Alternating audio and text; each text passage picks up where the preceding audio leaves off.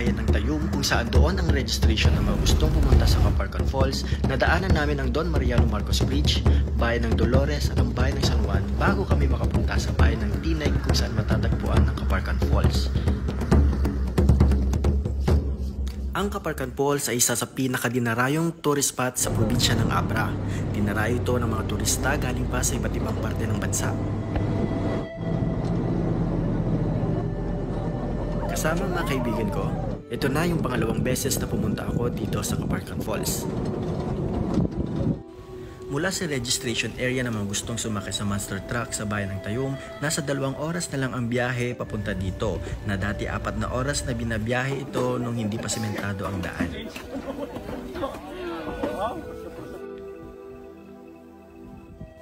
Mula sa drop-off point, mararating ang naturang falls sa loob lamang ng 10 to 15 minutes na lakaran.